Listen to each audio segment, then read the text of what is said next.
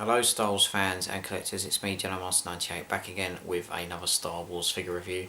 In today's Star Wars figure review we're going to be taking a look at a set that was released as part of Solo a Star Wars Story, but this set was released as part of Star Wars Episode 7 The Force Awakens, but with Star Wars Episode 8 The Last Jedi packaging. Now we're going to take a look at two characters that we see in The Force Awakens when we see Han, Chewie, BB-8, Rey and Finn. Their ships obviously gets tracked by a metal detector, and we see two sets of gangs. We see the Guavian Death Gang and Kanjiklub, and the two characters we're going to take a look at today, and the set we're going to take a look at today is Bala-Tik and the Rathtar set from Star Wars Episode 7 The Force Awakens, but it is indeed in Star Wars Episode 8 The Last Jedi packaging.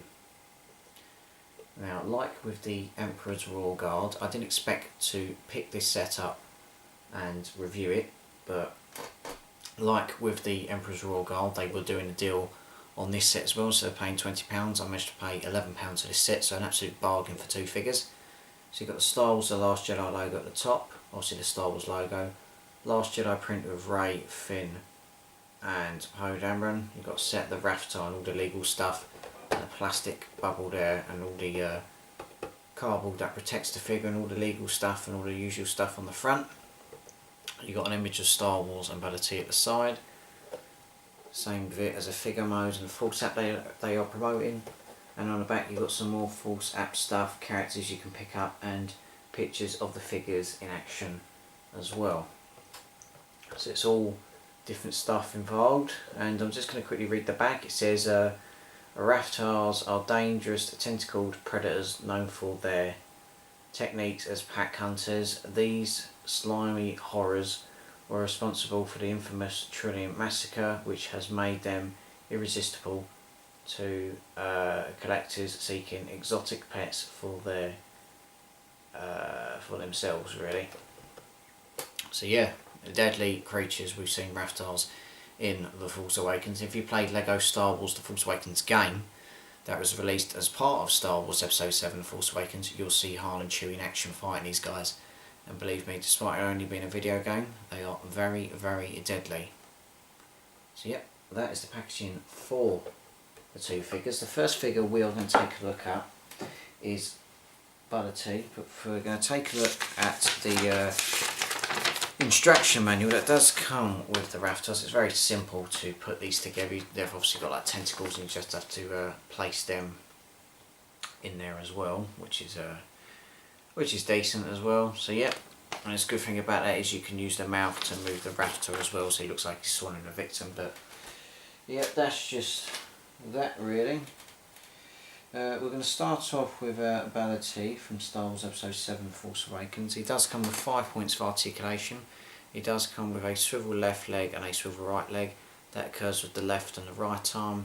And he does come with a swivel head that can move left to right and all the way around. He does come with a blaster rifle sculpted in a black plastic. That is sculpted very, very nice. He does come with a simple design of his black outfit that we do see in The Force Awakens. I'm just going to quickly give you a zoom in just to show the detail on camera. So he's got his black outfit and his sculpted hair. It's just obviously a decent sculpt of this figure. Turn it around, it's the exact same as well. Just a simple figure of Bala-Tik, and he looks good alongside Tasu Leech and the Guavian Death Gang, or the Guavian members as well, and the enforcers as well. So it's a decent figure of Bala-Tik, decent figure, and I'm happy to have another Star Wars The Force Awakens figure in my eagerly growing collection. So that's Bala-Tik. Next up we're going to take a look at the Rathtar that we do see in The Force Awakens, that grabs Finn and obviously engulfs and kills so many characters that were not really important in Force Awakens. As you see, he does come with so many tentacles. He does come with 1, 2, 3, 4, 5, 6, 7, 8, 9, 10, 11, 12. Oh, one's fallen out, that's why. Yeah, he does come with 12 tentacles. And the good thing about these tentacles is they will have letters on, so like A, B, C, D, so you can put the tentacles on different parts of the body. But the only weakness I have about this Rathtar set and other samples I've seen online is a lot of people are disappointed that you have to physically put the tentacles in. And they're alright, but it can be annoying when they usually fall out, such as instance on the shelf, or I don't know, reserving the packaging to keep this set in the packaging. But I think it's ideal to obviously, if a tentacle does fall off, which I've just taken out now, it'd be best to either get some super glue, and obviously another one that's fallen out for an example. It's best to get a little bit of super glue, and obviously where the small part of the rubber part of the tentacle that allows it to join the other part of the Rathtar's body, it'd be nice to hopefully get some super glue and place it in there gentle, and have your Rathtars like that. So it'd be best to have tentacles that don't move out. But really nice set, really nice detail to the Rathtars, with a black, yellow and a light maroon and a dark red as well, which is very, very cool.